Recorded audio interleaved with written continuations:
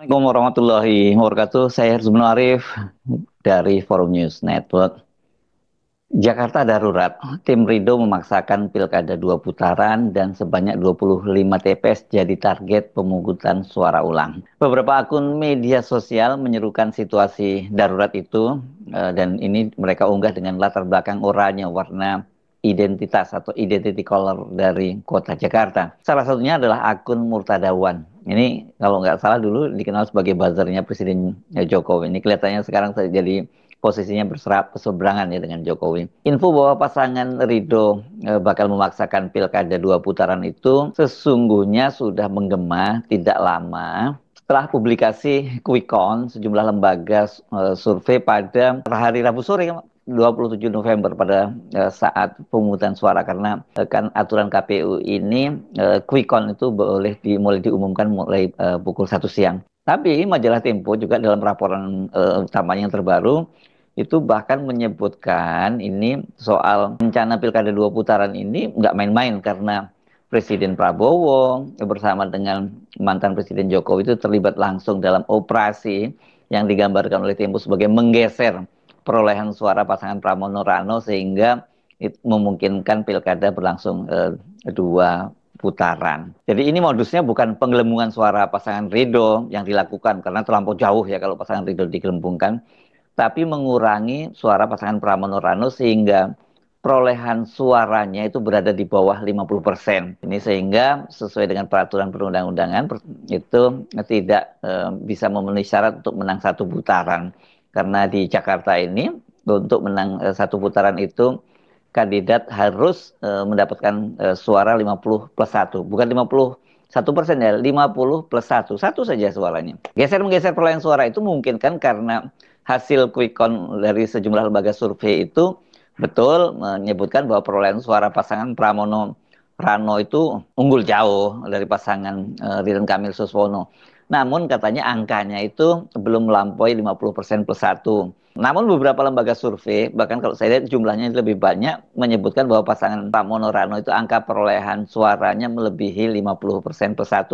Ada yang menyebut 50%, 50,09. Bahkan seperti SMRC, saya belum menjadi riset konsulting, menyebutkan angkanya itu 51%. Jadi ya ini pasangan ini berarti sudah menangkan Pilkada Jakarta 1 putaran sesuai ketentuan undang-undang dan tidak perlu ada putaran kedua.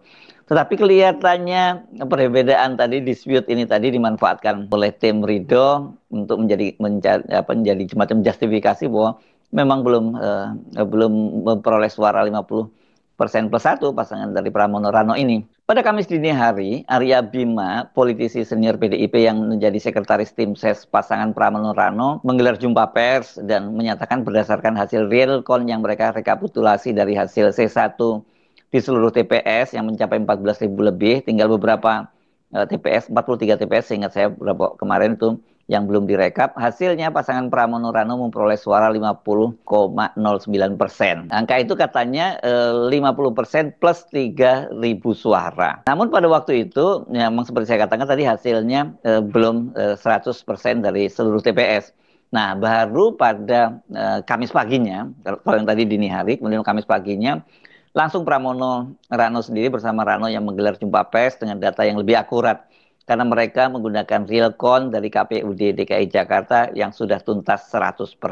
Alhamdulillah hasil real count KPUD DKI Jakarta dan perhitungan formulir C hasil per pagi ini, Kamis tanggal 28 November 2024 telah mencapai 100%. TPS di seluruh daerah pemilihan Jakarta dengan menunjukkan hasil bagi pasangan nomor 3 yakni 2.183.577 suara atau 50,07%, kata Pramono ini ketika dia menggelar jumpa pers. Namun klaim Pramono itu dibantah oleh politisi Gerindra Ahmad Riza Patria atau Ariza Patria yang menjadi ketua tim ses Ridho. Menurutnya berdasarkan perhitungan dari partai-partai yang menjadi tim internal Ridho, perolehan suara Pramono benar lebih unggul dari Ridho, namun belum melampaui 50%+1 sebagaimana dipersyaratkan undang-undang. Jadi pilkada 2 putaran. Yang menarik ini Ariza Patria bahkan kemudian membuat sayembara siapapun yang memiliki data kecurangan akan diberi hadiah sebesar 10 juta. Nah ini kelihatannya dia mulai mengintrodusir atau menyusupkan atau menanamkan ide di publik bahwa ini pemilu ini berlangsung curang gitu ya, sehingga pasangan Pramono Rano yang menang. Tapi siapa yang benar dari klaim kedua klaim tadi itu? Ini situs Jaga Suara ini jadi yang lebih independen yang ikut mengawal perolehan hasil pilkada di seluruh Indonesia itu juga melansir data yang sama dengan tim internal PDIP. Hasilnya Pramono Rano memperoleh 50,070%, kemudian pasangan Ridho itu 39,40%, dan pasangan nomor urut 2 Dharma Pongrekun dan Kun Wardana itu 10,53%. Berdasarkan perhitungan kami, pasangan Pramono Rano menang satu putaran, ujar Hadar Nafis Gumai. Ini dulu dia dikenal sebagai komisioner dari KPU, yang sekarang dia menjadi pendiri situs Jaga Suara. Jadi kalau kita menyimak pernyataan dari Hadar Gumai tadi dari Jaga Suara, ya ini klaim dari Pramono Rano yang lebih benar begitu. Tetapi kan sekarang ini sampai sekarang pasangan dari Ridho, tim sesnya tidak mengakui bahwa mereka sudah kalah dalam satu putaran. Bahkan mereka itu kemudian menuding itu ada kecurangan. Dan yang mengejutkan hari Senin gitu ya, hari Senin awal pekan ini, masa relawan dan organisasi masyarakat pendukung pasangan Ridho itu melayangkan mosi tidak percaya kepada KPU Provinsi Jakarta, KPUD. Jadi ini yang dituding adalah KPUD tidak becus ya dalam melaksanakan pilkada di Jakarta karena ini banyak bermasalah gitu. Kenapa mereka menyatakan mosi tidak percaya? Ya bagaimana kita bisa percaya ketika KPU-nya tidak ada yang namanya etika, tidak dipakai. Ini disampaikan anggota tim pemenangan Ridho sekaligus koordinator aksi Ramdan Amsah. Itu ketika ditemui di KPU Jakarta hari Senin tanggal 2 Desember 2024. Dan Ramdan mengatakan salah satu faktor atau penentu yang membuat pihaknya meyakini Pilkada Jakarta 2024 bermasalah adalah rendahnya partisipasi warga Jakarta di pesta demokrasi kali ini. Ini saya bacanya di Kompas ya. Kemudian dia menyatakan jika partisipasi masyarakat rendah, kinerja KPU Jakarta patut dipertanyakan. Nah, kenapa sampai rendah partisipasi? Ya karena etika moral katanya. Mungkin baganya adalah tidak lagi percaya masyarakat kepada KPU. Ini menarik logikanya ini.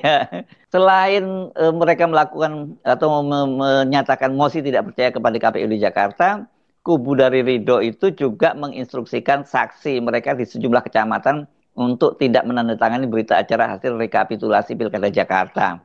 Ini disampaikan oleh Sekretaris Tim Pemenangan Ridho, Basri Baco, yang kata dia memang ini di sejumlah kecamatan itu terjadi kecurangan. Jadi kata dia terkait dengan rekapitulasi di kecamatan, di beberapa kecamatan yang kita duga kita rasa ada ketidakpuasan, ada kecurigaan. Maka memang kita mengarahkan kepada saksi untuk tidak menandatangani berita acara tersebut. Dia menyatakan banyak titik yang pembagian formulir C6-nya itu bermasalah sehingga angka partisipasi masyarakat pun menjadi rendah. Karena itulah dia kemudian mengusulkan itu atau dia menginginkan terjadi pemungutan suara ulang. Nanti teman-teman media bisa lihat sendiri. Mereka datang ke Bawaslu dan melapor bahwa bukti laporan asli dan masih kita himpun terus itu katanya. Jadi saksi-saksinya melaporkan itu ke Bawaslu. Ini saya kira yang kemudian disebut darurat karena kelihatannya mereka memaksakan itu dengan tadi itu dengan yang curang. Kalau yang kali ini justru yang dipersoalkan adalah peran dari KPUD yang tidak bisa mendatangkan para pemilih sehingga tingkat partisipasinya rendah. Apakah ini bisa jadi dasar pemungutan suara ulang ya?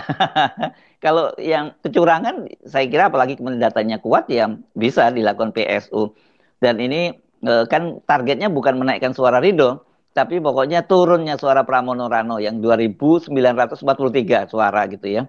Jadi kalau di PSU itu misalnya katakanlah di 25 TPS itu kemudian bisa ditingkatkan partisipasinya dan itu dipastikan para pendukung Ridho dan kemudian mungkin banyak pendukung Pramono Rano yang tidak hadir lagi, bisa saja suaranya turun gitu. Jadi tidak mengejutkan kalau kemudian para netizen menyerukan darurat Jakarta.